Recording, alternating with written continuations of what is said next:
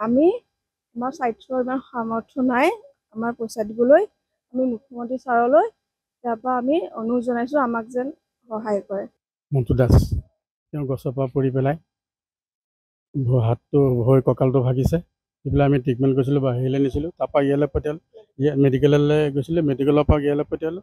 এতিয়া ৰেচন কাৰ্ডৰ কাম হ'ব বুলি কৈছিলে, এতিয়া আকৌ নহয় বুলি কৈছে। 60,000 টকা আহিছে বুলি দিছে। দেউতা শ্ৰী মন্টু দাস তেওঁক গছৰ ডাল কাটোতে পৰি গৈছিলে, তেতিয়া আমি মেডিকেল নিছিলোঁ। মেডিকেলৰ পৰা ক'লে অকণমান উন্নত চিকিৎসাৰ কাৰণে ক'লে, তেতিয়া আমি এখন নাৰ্ছিং হোম আমি চিলেকশ্যন কৰি ইয়ালৈ আনিলোঁ। তেওঁলোকক যেতিয়া এডমিট কৰা হৈছে, মই তেওঁলোকক সুধিছিলোঁ ইয়াৰ ৰেচন কাৰ্ডৰ কিবা হ'বনে। তেওঁলোকৰ বাইদেউ দুজনীয়ে মোক কৈছিলে হ'ব। তেতিয়া তেওঁৰ মতে মই ৰেচন কাৰ্ডৰ কথা সোধাৰ পিছত মই তাত ভৰালোঁ। এতিয়া তেওঁলোকে মোক IC বিল উলিয়াই দিছে 60,000 টকা। টোটেলি নহয়, বাকী MI মোক কেছ পইচা নিজে দি কৰিছোঁ। তেওঁলোকে মেডিচিন আমি নিজেই কিনিছোঁ। তেওঁলোকে এতিয়া মোক পেচেণ্টটো উলিয়াই নিদিয়ে। তেওঁলোকক কোৱা দেখি কৈছে 60,000 টকা বিল কৰাৰ পিছত তেওঁলোকৰ ব্যৱস্থা দেউতাৰ কিবা হ'লে কৈছে মৰিলেও 60,000 টকা তেওঁলোকে দিব লাগিব বুলি বাধ্যতামূলক কৰিছে। ডেড বডি পৰ্যন্ত উলিয়াই নিদিওঁ বুলি কৈছে তেওঁলোকে। ৰেচন কাৰ্ডৰ কথা এতিয়ালৈকে মই তেতিয়া সুধোঁতে তেনেকৈ কৈছিলে। এতিয়ালৈকে একো ডিচিশ্যনে লোৱা নাই তেওঁলোকে 60,000 দিলেহে মোৰ দেউতা। এইফালে দেউতা মোৰ কণ্ডিশ্যন অত্যন্ত বেয়া, আপোনালোকে চাব গৈ পাৰে। আমি আমাৰ স্বাস্থ্যৰ ইমান সামৰ্থ্য নাই আমাৰ পইচা দিবলৈ। আমি মুখ্যমন্ত্ৰী ছাৰলৈ ইয়াৰ পৰা আমি অনুৰোধ জনাইছোঁ আমাক যেন সহায় কৰে।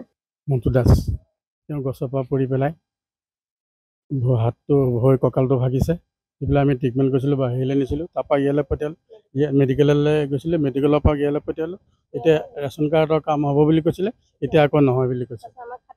60,000 টকা আহিছে বুলি দিছে। দেউতা শ্ৰী মন্টু দাস তেওঁক গছৰ ডাল কাটোতে পৰি গৈছিলে, তেতিয়া আমি মেডিকেল নিছিলোঁ। মেডিকেলৰ পৰা ক'লে অকণমান উন্নত চিকিৎসাৰ কাৰণে ক'লে, তেতিয়া আমি এখন নাৰ্ছিং হোম আমি চিলেকশ্যন কৰি ইয়ালৈ আনিলোঁ। তেওঁলোকক যেতিয়া এডমিট কৰা হৈছে, মই তেওঁলোকক সুধিছিলোঁ ইয়াৰ ৰেচন কাৰ্ডৰ কিবা হ'বনে। তেওঁলোকৰ বাইদেউ দুজনীয়ে মোক কৈছিলে হ'ব। তেতিয়া তেওঁৰ মতে মই ৰেচন কাৰ্ডৰ কথা সোধাৰ পিছত মই তাত ভৰালোঁ। এতিয়া তেওঁলোকে মোক IC বিল উলিয়াই দিছে 60,000 টকা। টোটেলি নহয়, বাকী MI মোক কেছ পইচা নিজে দি কৰিছোঁ। তেওঁলোকে মেডিচিন আমি নিজেই কিনিছোঁ। তেওঁলোকে এতিয়া মোক পেচেণ্টটো উলিয়াই নিদিয়ে। তেওঁলোকক কোৱা দেখি কৈছে 60,000 টকা বিল কৰাৰ পিছত তেওঁলোকৰ ব্যৱস্থা দেউতাৰ কিবা হ'লে কৈছে মৰিলেও 60,000 টকা তেওঁলোকে দিব লাগিব বুলি বাধ্যতামূলক কৰিছে। ডেড বডি পৰ্যন্ত উলিয়াই নিদিওঁ বুলি কৈছে তেওঁলোকে। ৰেচন কাৰ্ডৰ কথা এতিয়ালৈকে মই তেতিয়া সুধোঁতে তেনেকৈ কৈছিলে। এতিয়ালৈকে একো ডিচিশ্যনে লোৱা নাই তেওঁলোকে 60,000 দিলেহে মোৰ দেউতা। এইফালে দেউতা মোৰ কণ্ডিশ্যন অত্যন্ত বেয়া, আপোনালোকে চাব গৈ পাৰে। আমি আমাৰ স্বাস্থ্যৰ ইমান সামৰ্থ্য নাই আমাৰ পইচা দিবলৈ। আমি মুখ্যমন্ত্ৰী ছাৰলৈ ইয়াৰ পৰা আমি অনুৰোধ জনাইছোঁ আমাক যেন সহায় কৰে।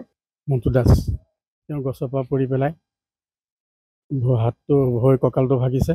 সেইবিলাক আমি ট্ৰিটমেণ্ট কৰিছিলোঁ বা হেৰিলৈ নিছিলোঁ, তাৰপৰা ইয়ালৈ পঠিয়ালোঁ, মেডিকেললৈ গৈছিলে, মেডিকেলৰ পৰা ইয়ালৈ পঠিয়ালোঁ। এতিয়া ৰেচন কাৰ্ডৰ কাম হ'ব বুলি কৈছিলে, এতিয়া আকৌ নহয় বুলি কৈছে। 60,000 টকা আহিছে বুলি দিছে। দেউতা শ্ৰী মন্টু দাস তেওঁক গছৰ ডাল কাটোতে পৰি গৈছিলে, তেতিয়া আমি মেডিকেল নিছিলোঁ। মেডিকেলৰ পৰা ক'লে অকণমান উন্নত চিকিৎসাৰ কাৰণে ক'লে, তেতিয়া আমি এখন নাৰ্ছিং হোম আমি চিলেকশ্যন কৰি ইয়ালৈ আনিলোঁ। তেওঁলোকক যেতিয়া এডমিট কৰা হৈছে, মই তেওঁলোকক সুধিছিলোঁ ইয়াৰ ৰেচন কাৰ্ডৰ কিবা হ'বনে। তেওঁলোকৰ বাইদেউ দুজনীয়ে মোক কৈছিলে হ'ব। তেতিয়া তেওঁৰ মতে মই ৰেচন কাৰ্ডৰ কথা সোধাৰ পিছত মই তাত ভৰালোঁ। এতিয়া তেওঁলোকে মোক IC বিল উলিয়াই দিছে 60,000 টকা। টোটেলি নহয়, বাকী MI মোক কেছ পইচা নিজে দি কৰিছোঁ। তেওঁলোকে মেডিচিন আমি নিজেই কিনিছোঁ। তেওঁলোকে এতিয়া মোক পেচেণ্টটো উলিয়াই নিদিয়ে। তেওঁলোকক কোৱা দেখি কৈছে 60,000 টকা বিল কৰাৰ পিছত তেওঁলোকৰ ব্যৱস্থা দেউতাৰ কিবা হ'লে কৈছে মৰিলেও 60,000 টকা তেওঁলোকে দিব লাগিব বুলি বাধ্যতামূলক কৰিছে। ডেড বডি পৰ্যন্ত উলিয়াই নিদিওঁ বুলি কৈছে তেওঁলোকে। ৰেচন কাৰ্ডৰ কথা এতিয়ালৈকে মই তেতিয়া সুধোঁতে তেনেকৈ কৈছিলে। এতিয়ালৈকে একো ডিচিশ্যনে লোৱা নাই তেওঁলোকে 60,000 দিলেহে মোৰ দেউতা। এইফালে দেউতা মোৰ কণ্ডিশ্যন অত্যন্ত বেয়া, আপোনালোকে চাব গৈ পাৰে।